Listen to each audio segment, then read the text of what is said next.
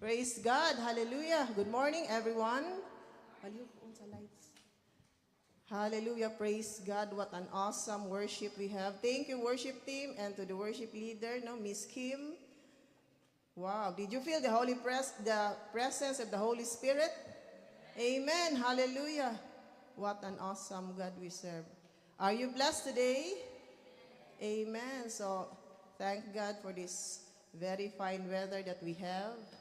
I was really touched by that last song, no? What was that? Mapagkatahom sa gugma mo, Jesus. Gusto ko nga masuod kanimo. Puyi ang kasing-kasing ko through the Holy Spirit. Amen? So, the Holy Spirit is very, very important in these last days.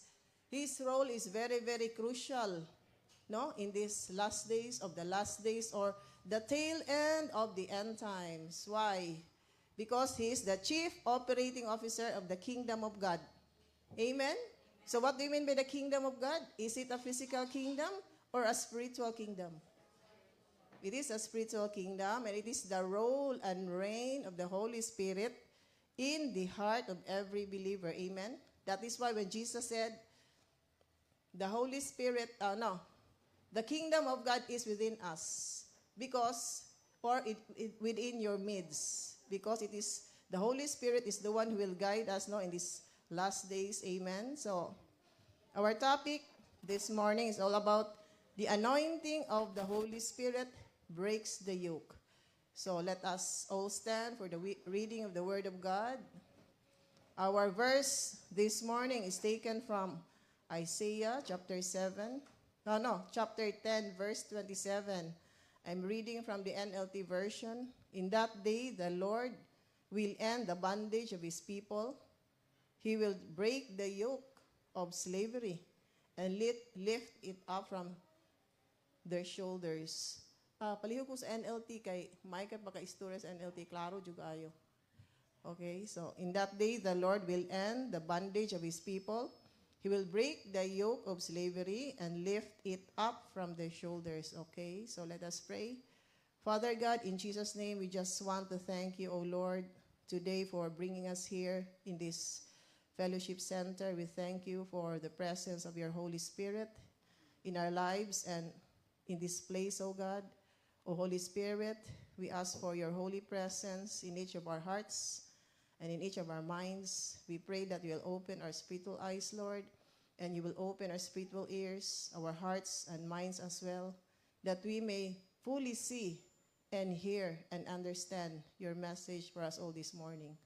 Thank you, O Father God, thank you, O Lord Jesus, for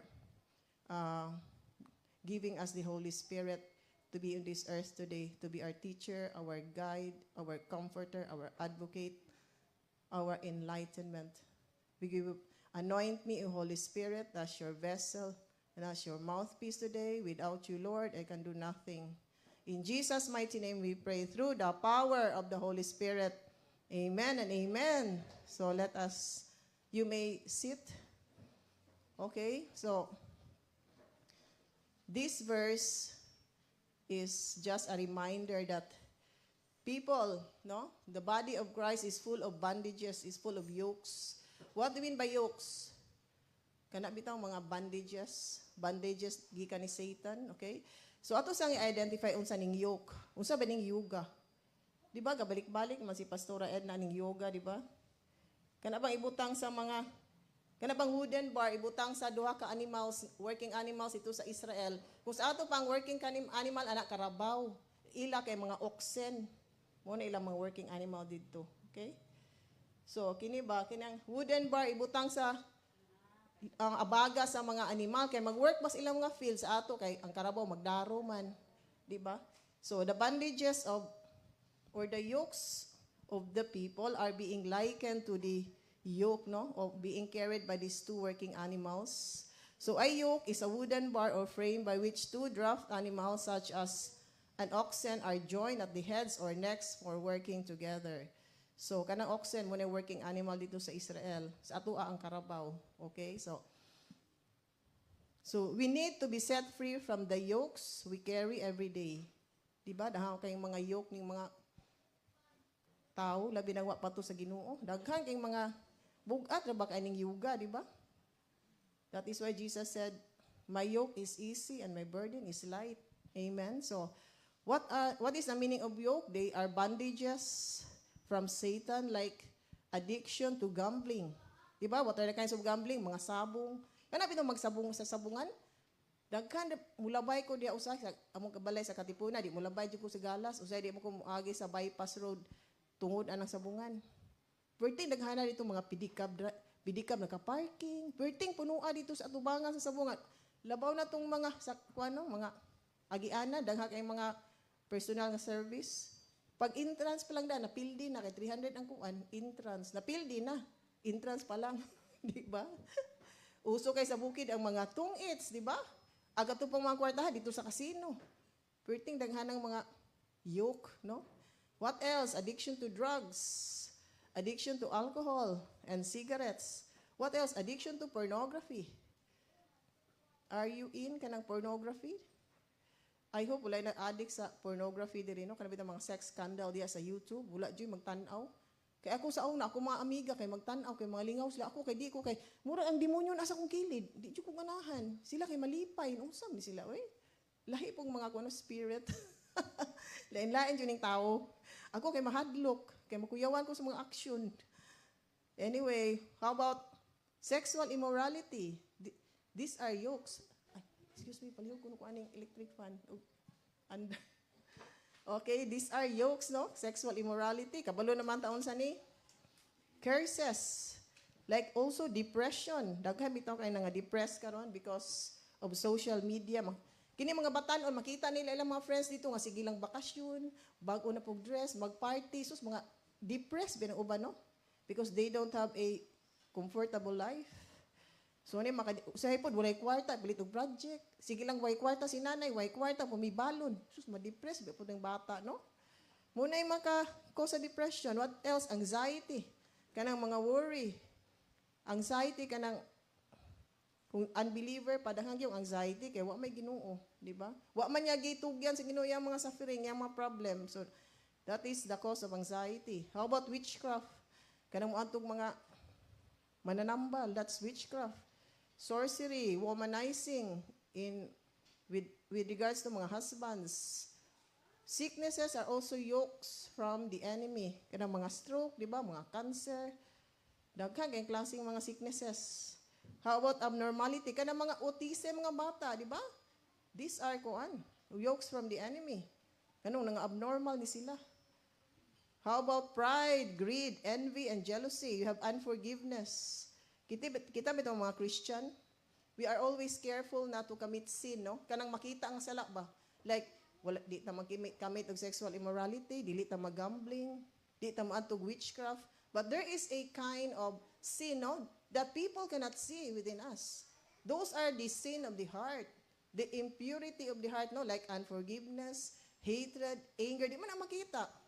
Pag tanaw ni mo ani niya, ay okay ra kaayo, wa jud ni siya kasala. Kay very pious, very but the heart is also very important. Amen.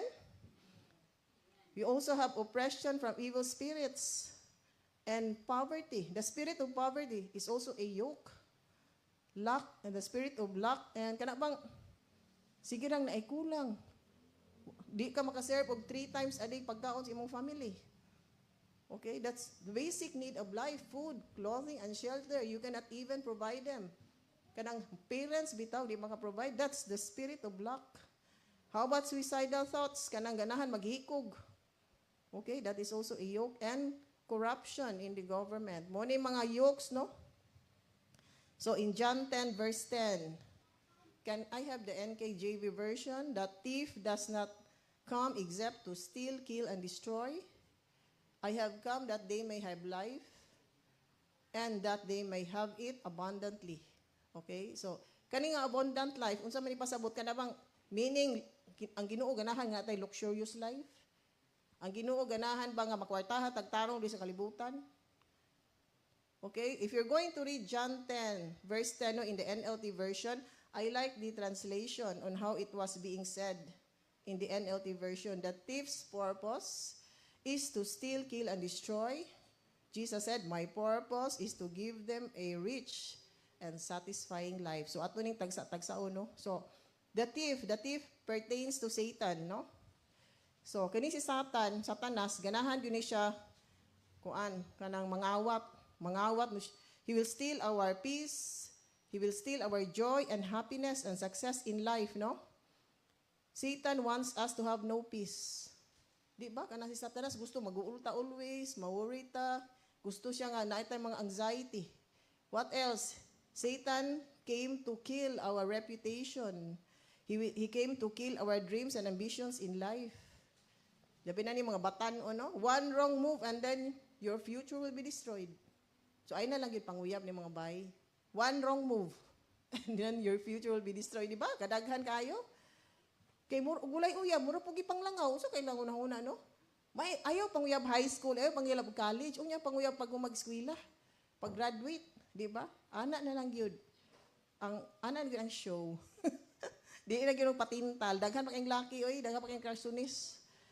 Amen. So, makapili pa ka to, abogado, engineer, unsa pa, architect. Di ba? Daghan pa kayong pilian oy. Nya ikaw pag doon po ka dito kay, wow, naka-graduate, nakapasa board exam, perting humuta sa mga ulitaw. So, layo ara kaysa ting osbo yung mindset. You have to change your mindsets. Amen? Kini mga batanon. Kaya dito na ba migikan o nagpaingon pa lang mo, nabalik na mi. Amen? So, listen to your elders. Kana inyong mga mama, kuanan mo lektura ay masuko man jud kag lektura no kay di man jud ko ganahan kurikan. Pero agwantahan na lang jud. Kay wa jud pagbasa maguna. Puro gyud na ulahi. Di ba? Amen? So, okay, so he will destroy our personalities. Okay, destroy kanang through drugs, ma-destroy bitaw ng personality, ma-mentally ill bitaw ng drug addict, di ba? Ako lang example akong brother sa una no kay mag-drugs mo to sila marijuana nauso bitaw to in the 1980s, mga batanon sa Estaca. Mag-drugs, marijuana, inom pag yun. Pagkaugma lagi natingala mi ag motor niya giparking naman ito sulod sa katedral. Naunsa naman. Uy, Lord, naunsa naman niya akong brother, Lord. Dito sa among kwarto niya na may kurtina, magsigli, huy, naunsa na sila maganaan. Huy, naunsa naman niya siya, makuyawan naman tani.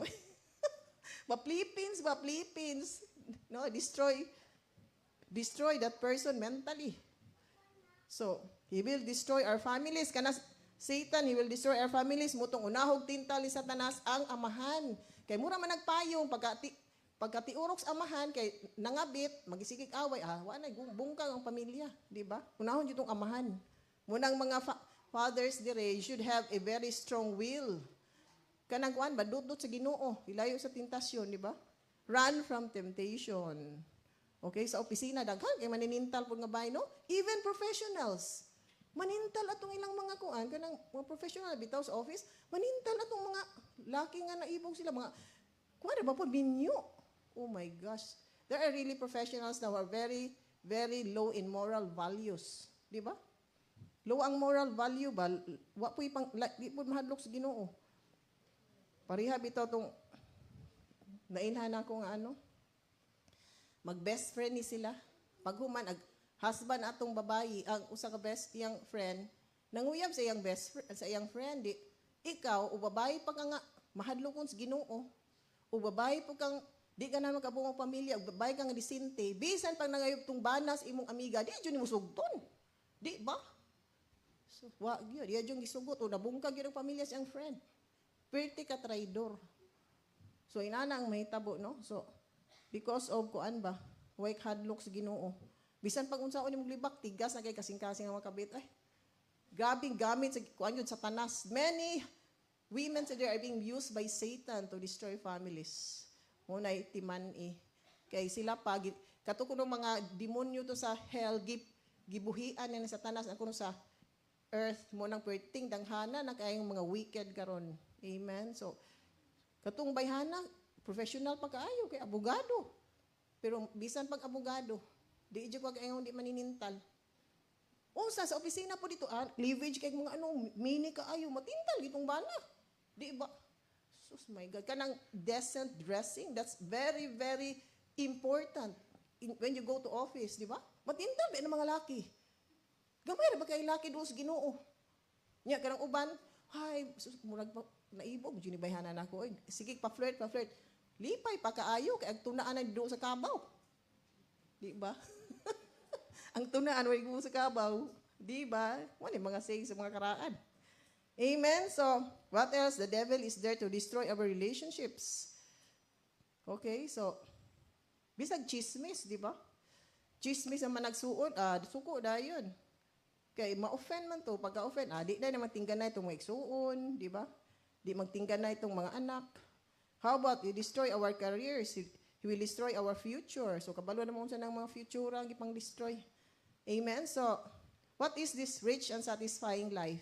Yung si Jesus, I came to give you a rich and satisfying life. It is a perfectly balanced life.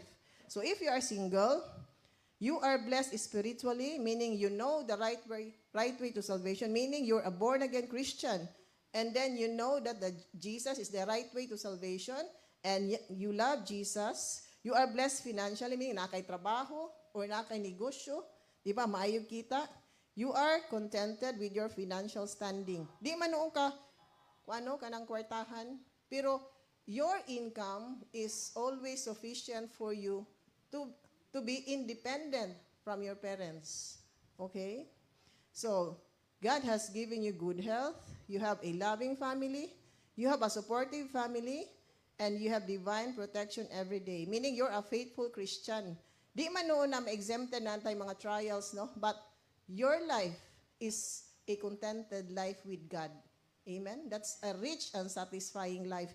So, bali sa pag single ka, nakarent ka og kwarto, uban ganing nanay sakyanan, uban ganing naibalay. Ana ang kuan Ginoo. Ana ang rich and satisfying life. So, if you are married, a rich and satisfying life pertains to you have a family who love the Lord Jesus and the members of your family are all born again Christians, and you have the fear of God in your hearts. You know the way to salvation. You have a loving husband and a responsible father who is a good provider. Amen. Amen yung tana, no? Kana bang amahan, makabalay nato, makabalit og sakyan na. Adi po tong mansion nga balay, bisag nice house with 3 bedrooms and a car. Because we need cars today, no? It's very, very uncomfortable. Magsikita og sikan, mga anak. Init ko kaayo, di ba? Magulan og kinalit, no? So, you fathers and you husbands, sa dili pa magminyo, mayon dek, kajut lang ako edad 25. Makabuhi ka ako ni akong pamilya, Lord. Makaprovide ka akong sakyanan o anak. Maguna-huna po, no? Di dalit so na itong, kuan ba, ambak. So di na mao karon. Sa una rato. Karon lahi na. You should be ready financially as a father. Kung ako siguro maamahan, maulaw kung hindi ko provide sa akong asawa kong mga anak. Maulaw di ko kaayo kung ako. Uban kay mga bagay, mga face. What ka ulaw ng mga laki?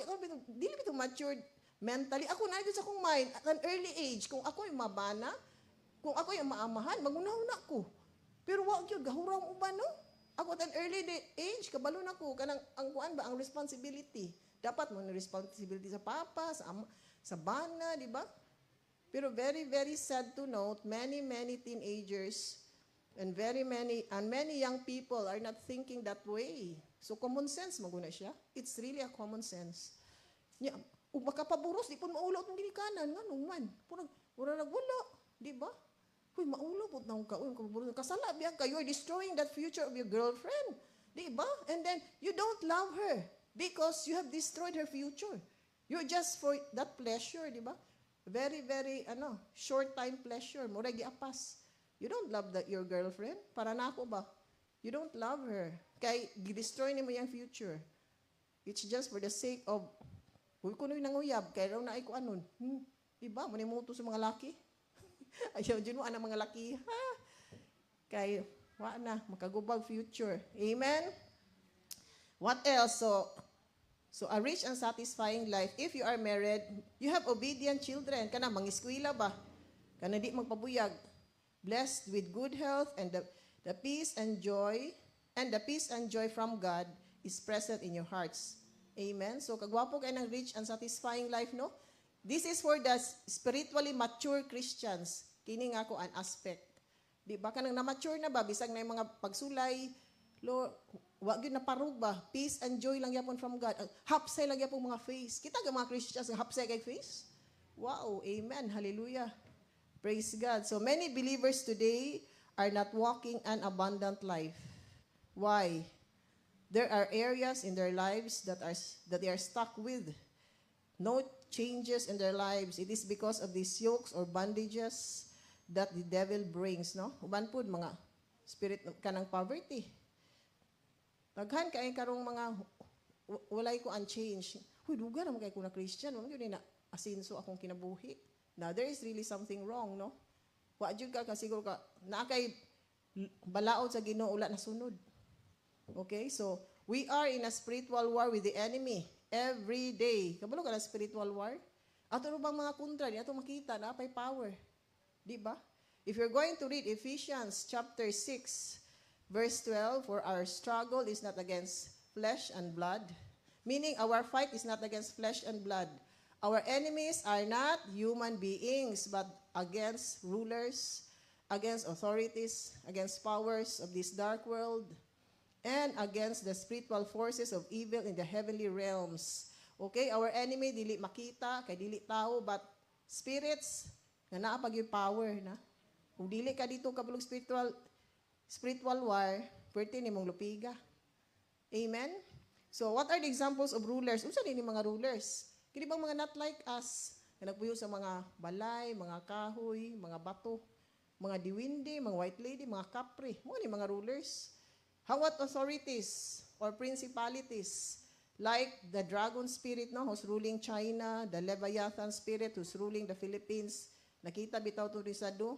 Unsa to nga year nga Leviathan spirit gahapa gyud kuno diri sa Pilipinas, gikan sa tumoy dito sa Batanes, paing udto sa Tawi-Tawi. Na?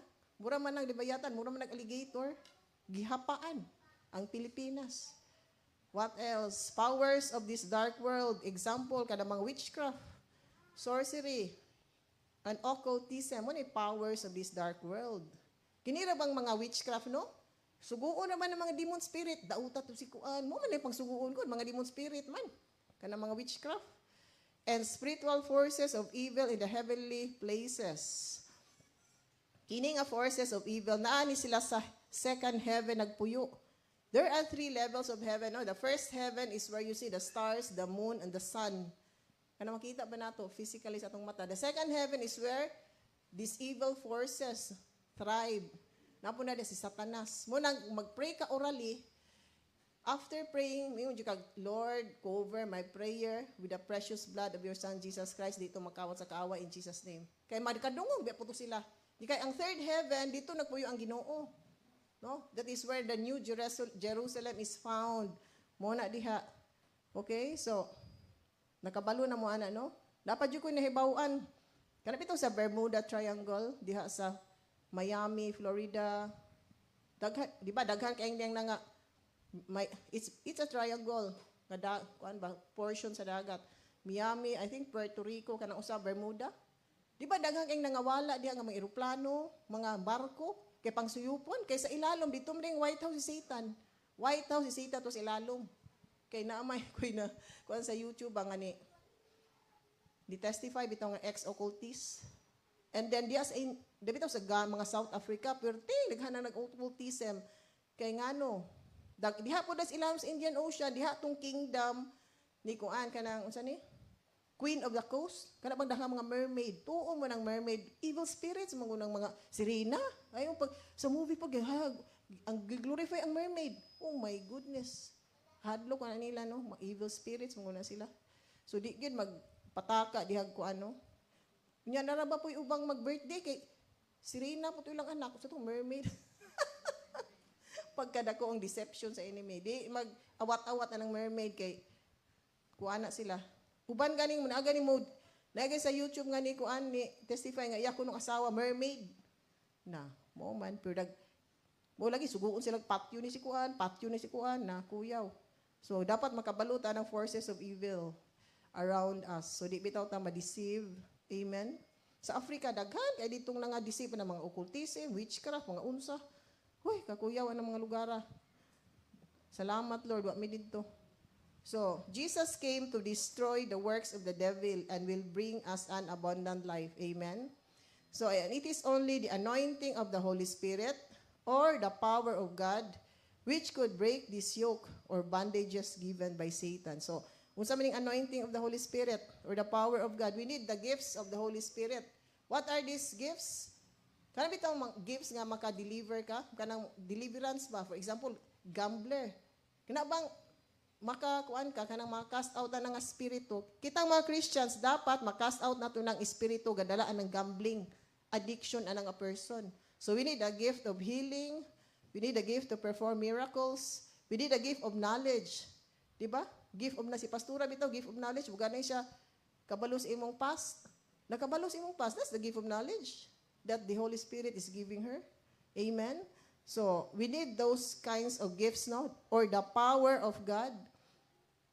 In 1 Corinthians chapter 4, verse 20, it says, "For the kingdom of God is not a matter of talk, but of power." Amen? So, the disciples were walking in God's power because Jesus gave them authority.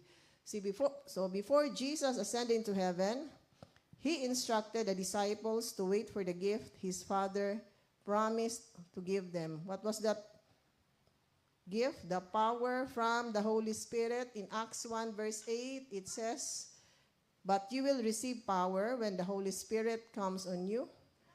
This is Jesus speaking now. "You will receive power when the Holy Spirit comes on you, and you will be my witnesses in Jerusalem, in all Judea and Samaria, and to the ends of the earth." Amen? So what is this power? The power to heal sicknesses and diseases, the power to raise the dead, to cleanse the lepers, the power to give deliverance to people who have anxiety, worry, depression, what else? Who are addicted to gambling, addicted to pornography, etc., etc. Amen? So, the Lord Jesus Christ is saying that we should be witnesses. Unsa man itong i-witness, ani? Unsa man itong i-witness nga mag-evangelize ta? Atong i-witness nga Jesus Christ is the Messiah. Muna atong i-preach, Jesus Christ is the Messiah, the Son of God, who died on the cross so that we may receive forgiveness of sins. Amen? And that He is the only way to the Father. No, He is the only way to salvation. He is the only truth, and He is the only one who can give us eternal life. Amen? Okay? The disciples of Jesus were witnesses of how Jesus performed miracles in front of them and His teachings regarding the good news of the kingdom of God when He was on this earth. So, what is our role as believers of the Lord Jesus Christ? When you say believers, di believe kang si Lord Jesus Christ imong Savior. When you say unbeliever, wala ka ni believe si Jesus Christ as Savior. Muna diha, no? So, as believers of the Lord Jesus, we must be witnesses in our families. Daghan pa bitaw sa atong family wa na save, no? What else? Who else? Our relatives, our friends, our neighbors, our office mates, classmates, and people in the community, and all of the nations. Amen? Munang naay mga missionaries. Kaya nga, no? Mag-witness mo po na sila dito. Mo po na ilang mga role, no? As missionaries. If you're going to read Acts 5 verse 12, the apostles performed many signs and wonders among the people, and all the believers used to meet together in Solomon's colonnade. So if you're going to read Acts chapter 19, di ba, makabasa na dito nga, even si Paul, no? Grabe kay he performed great miracles nga. Grabe ang panyo, itrapo na daw sa body ni Paul niya, itrapo po dito sa masakiton, maayo. Amen? So, inana kagrabe ang mga miracles sa mga apostles at that time. Mubitaw sa una, bitaw, napat sa RC. Nalibog ko itong fiesta ni San Vicente kay ang mga mama dito kay trapuhan tong statua sa San Vicente din itrapo din sa itong mga ilong kay mga sipunon tag unsa to, di ba? Mo dito gikan ang tradition, ang kuan, ang idea. Okay? So the power of God or the anointing of the Holy Spirit breaks the bondages and yokes. Ang bondage kini mga sakit, di ba? Kining mga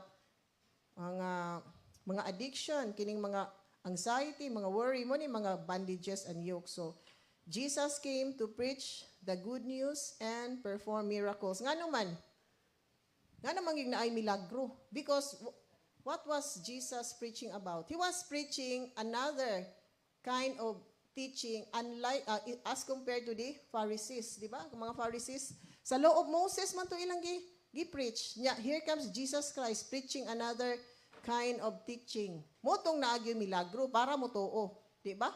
Kaya kini mga tao to see is to believe ya, kini mga tao. Amen.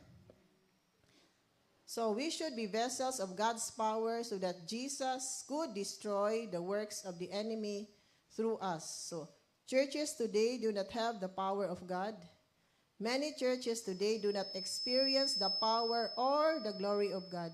Kabalo ba ka kung sa actual ni kung naapay church diri nga born again sa dipulong dito daghang mga ayo perting daghana kay tao gyud. Di ba? Perting daghanang tao manimba na nga simbahan agi sa milagro. It's not only kay kanang theories mag-away lang anang laig kini nga simbahan lahi po kuan teaching kini pod lahi. Mag-away na lang hapit magdebate, mag-argue, maglalis. Kay lahi po teaching tong uban, di ba? Pero na ay milagro perting daghana manimba. Di ba?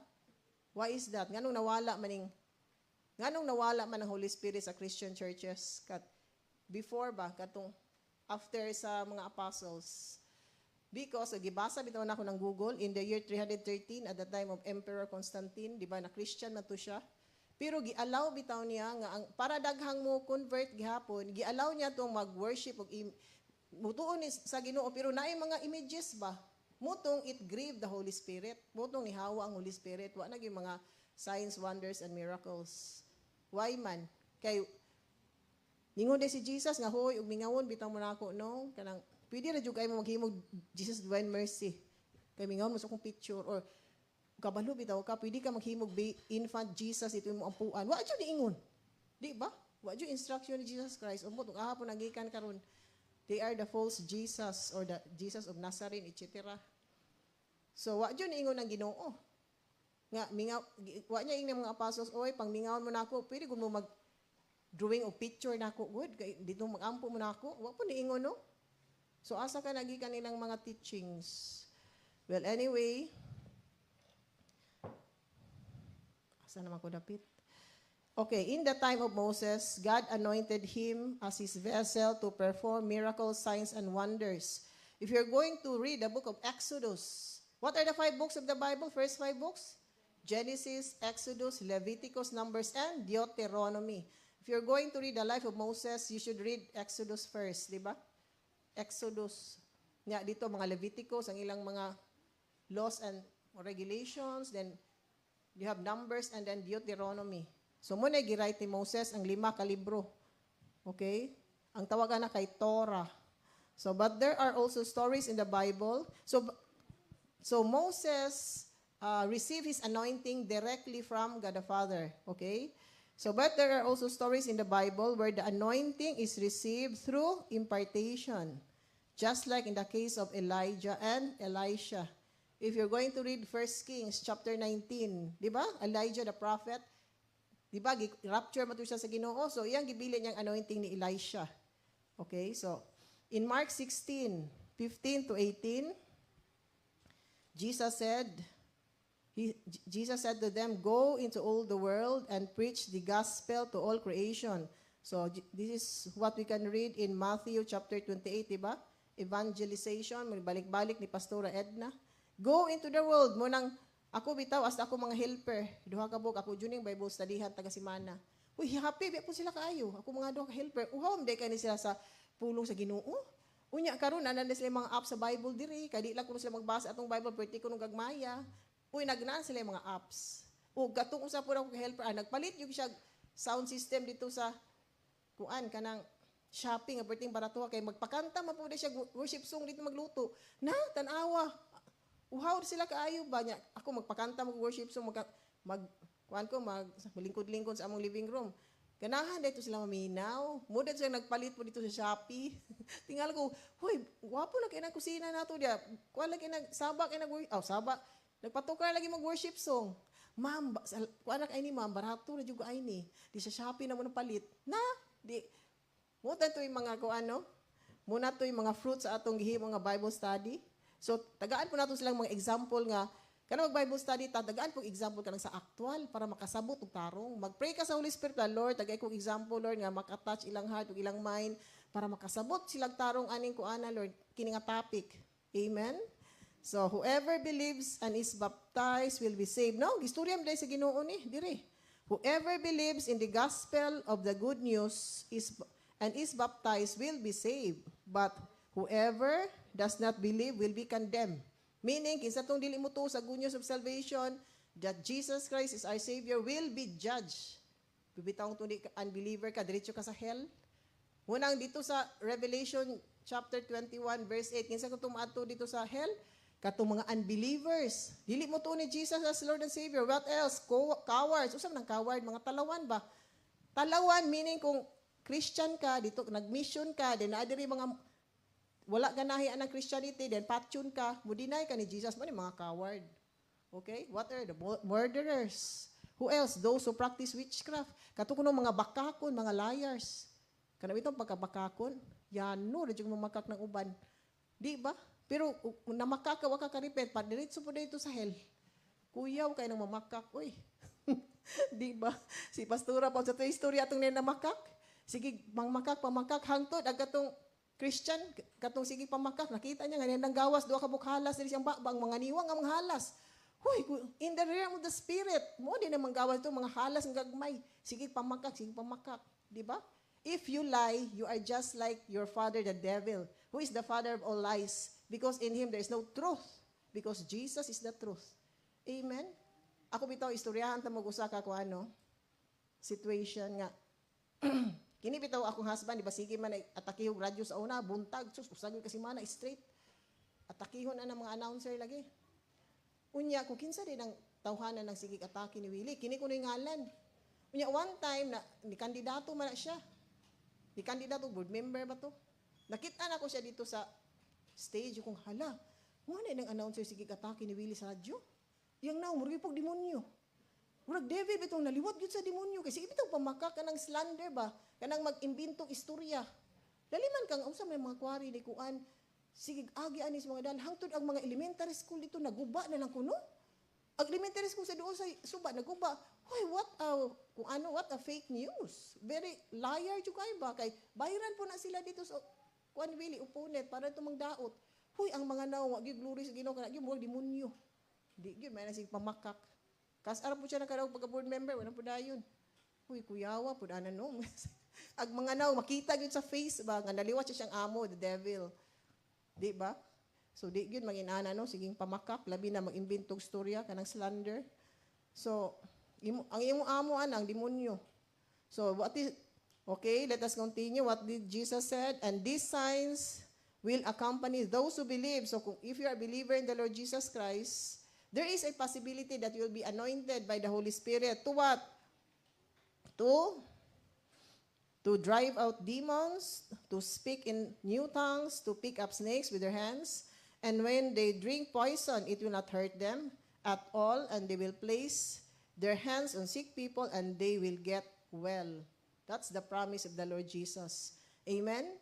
But to be a vessel of God's anointing requires holiness. When we say holiness, that is, you have to be separated from what is of the world. Holiness means sanctification. You have been purified. You have been refined by fire. Daghan na kay kang nagiang mga suffering bagi ayog refine. What else? Humility. Diba? Humbleness. Ako bitaw, grabe akong training on humility.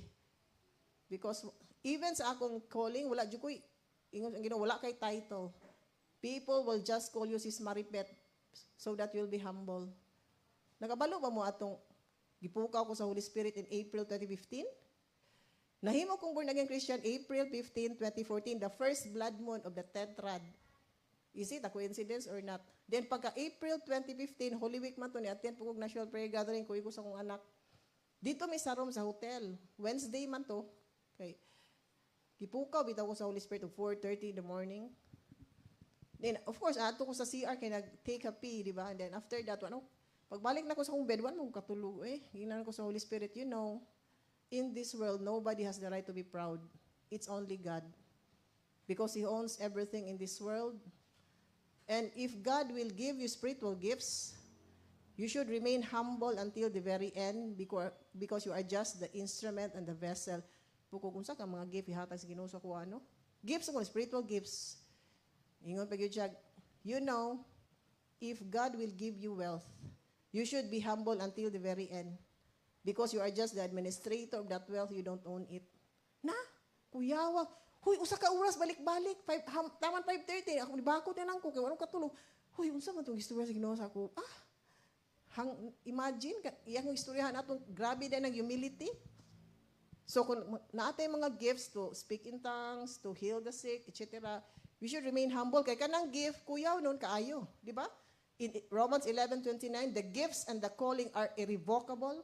Meaning, ang kanang gift o imong calling, di na usob, di na ma-change. Cannot be revoked, cannot be canceled. Muna pasabot. Okay? So, kuyaw na noon kay kanang gift. Kanabang na kay gift to, para ba ng benihin ay gift to heal, di ba? Benihin, mga ana, daghan bitaw na sila. Kanang gift, kuyaw naman noon nga, ma-proud ka, di na noon kakatog heaven. Munang bantayanan, kaya nang atong mga gift, kay ma-proud ta, nga pag-lay hands na to, mga ayo, na muna no, mag-atong, kaya nagalut naman ka. Makagalot man ng one gift. Munang grabe kay ng mga training, anong humility, to be humble, to be humble, to be humble. Diba? May pagwala, may kasus, may pagwala ko gift, ani Lord, muna noon ni reason waka na to heaven. Because of that gift. So, bantayanan yung kayo ng mga gifts of the Holy Spirit kay ang importante, ang fruit of the Holy Spirit mo manifest atong kinabuhi. Amen? What are the fruit of the Holy Spirit? In Galatians 5:22-23, love, peace, joy, patience, kindness, goodness, faithfulness, gentleness, and self-control. As a Christian, we should memorize it, no? Yung pangutang rin mo sa din ng mga gifts sa Holy Spirit. Masa nato na 1 Corinthians chapter 12. So what are the gifts of the Holy Spirit? Memorize dili. Gift of faith, gift of healing, gift to perform miracles. What else? Gift to speak in new tongues, gift of interpretation of tongues. What else? Gift of prophecy. And then the gift of faith, gift of healing, and gift of miracles. Balik-balik na ba to? Amen. So, ato nang memorize as Christians. Ang importante, bitaw, no? Kay ang fruit of the Holy Spirit, mamanifest atong kinabuhi. Kanang mga gift, mo na itong mga calling, mga assignment. So, bantayanan, kaya nang natay gift. Kay ma-proud, manggudta. Di ra ba po kita? Wala pa po tayo power, gigamit ra punta. Amen? And to be a vessel of God, it's very important that you die to yourself. Die to self, bawa na kay pride. Bisan pag ayun kag persecute, di jud ka masuko. Amen? Nabitaw gipang persecute karon diya sa YouTube kay kay maka-heal sila, mga Christians ba maka-heal, ayun pag persecute nga fake. Akong gitanaw di magudi ay fake yang anointing. So nalay mga teaching nga sayop ba, masayop mo gud ang teaching usahay, nalay teaching nga sayop. Napoy di magud perfect ang tao. The Bible says we only know in part and we only prophesy in part. So ingon ang Ginoo, when you go to heaven, you will understand everything sa Bible. There are things in the Bible that are hard to understand, but when we go to heaven, we can understand everything. Amen? So, pero bitong di na ayuhog kulitog, dayon, paghuman, asam din na po yung si John, dayon, paghuman, sige, kulitog. The Bible is there. Which could, the Bible is enough for us to attain salvation. Kung ako nung karaka-understand itong mga, kung ana kayong lisod, ayaw na, utik-utik, kung ana, ayuhag halungkat. Di ba? Ang importante, you purify your heart, you live a holy life, you have a clean mind, and you surrender, obedience and surrender to the Lord Jesus Christ. Ano importante? Amen?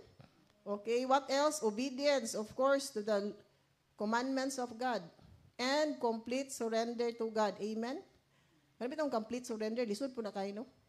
Kay karon mangganing ka na sa social media, 10 minutes ako sa Facebook kay, huy, kasabaan naman ko ng Holy Spirit. Huy, bugat din kaya kung uy, Ginoo ko, Lord, di na jupuani, kasabaan ko sa Ginoo. Huy, 10 minutes ako ng Facebook kung maunsa. Akong tanaw, YouTube ra, nga, mga preaching pa akong tanawon, pamano, basag Bible, wala. Then, kanang news usahay. Magkagwanta mo ani, wala ni mga games, mga anak. Facebook pa, TikTok, mga reels, maunsa. Sa YouTube, daghan mo kayong tanawon, no? So, mo na complete surrender to God. Amen? So, are you a willing vessel of God to set people free from all bondages? So, that is the challenge that we have today. Amen? Are we a willing vessel of God? So, di lang yung tadirino nga, manglingkod, mangana. So, we should ask the Holy Spirit for our gifts. Nga, Lord, tagaay po ko gift, Lord, nga di na po ko rin maglingkod, Lord, makatamang na po ko sa imong gingharian, Ginoo. Mao lagi, daghan po kang isacrifice. Kanang die to self. Die to what you like ba? Die to what you like. Ako bitaw karon, wala naman ko nag-ano. Lord, makakaon lang ko katulog sa kaadlaw, magkabaya sa kuryente, tubig, etc. Okay na kaayo. So, pa may nang kwarta. Di mo po mga dala. Di ba? Wa po ko gadalas mo negosyo karon. Hay, salamat, datig man, og mura. Og bilay ihatag alawas, okay ra. Tol, pakanon naman po ko, free boarding house, apoy sakyanan, free po gasolina, kuano po, makabakasyon. Enough na di kay, huy, kinahangyan dito sa akong passbook, na ko dito 6 figure, 7 figure, huy, di na ka maging-ana, no? Huy, di na ka maging-ana, kay Ginoo ko. Less than 5 years na mga rapture na taan eh, usaon pa man to. Di ba? Importante, makatabang po itong mga poor, itong mga employees, makahatag benefits. Amen, hallelujah. So, ask the Holy Spirit, ikaw ba, kamong kitang mga Christian, mag-ask sa Holy Spirit, Lord, unsa man nga areas akong kinabuhi, akong isurrender, unsa nga areas akong kinabuhi, wadyo ko, ka-obey ni mo, Lord. Ana ba, Holy Spirit, tabangi ko, Lord, nga ma-overcome na ko ning akong mga weaknesses, akong shortcomings, akong mga flaws, di ba? We're not perfect. Ako, I'm not a perfect mother, I'm not a perfect wife, I'm not a perfect Christian. Wag, you're perfect. And we don't have a perfect marriage. Amen? So, amen, hallelujah. So, kanang Holy Spirit, importante kay na, no? Kay, He is the Chief Operating Officer of the Kingdom of God. Amen, in this earth. Amen. So, let us pray. Hallelujah. We praise you, Lord. We just want to thank you, O Holy Spirit, for your message for us all this morning. Thank you for reminding us that the anointing of that your anointing breaks the yoke of slavery, breaks the yoke of bondages in our lives. We pray, O Holy Spirit, that you will always enlighten us, guide us, and teach us, Lord, how to be obedient to you, Lord, how to have complete surrender, how to die to ourselves. Refine us, Lord, purify us and sanctify us, Lord, so that we will attain holiness. And humble us always, Lord God, because as you have said, Lord, the bride of Christ will be transformed into the image and likeness of the Lord Jesus Christ. And only this bride of Christ, mora dyo yung mga rapture. Father God, we pray that you'll give us the grace and the help of the Holy Spirit that will be transformed into the image and likeness of the Lord Jesus Christ, because with our own efforts, we could never be holy, we could never be righteous, we could never purify our hearts and clean our minds. Thank you, Father God, for being a loving God to us, a gracious God, and a merciful God. We give you back, Father, our praises, glory, and honor in Jesus' mighty name. Through the power of the Holy Spirit we pray. Amen.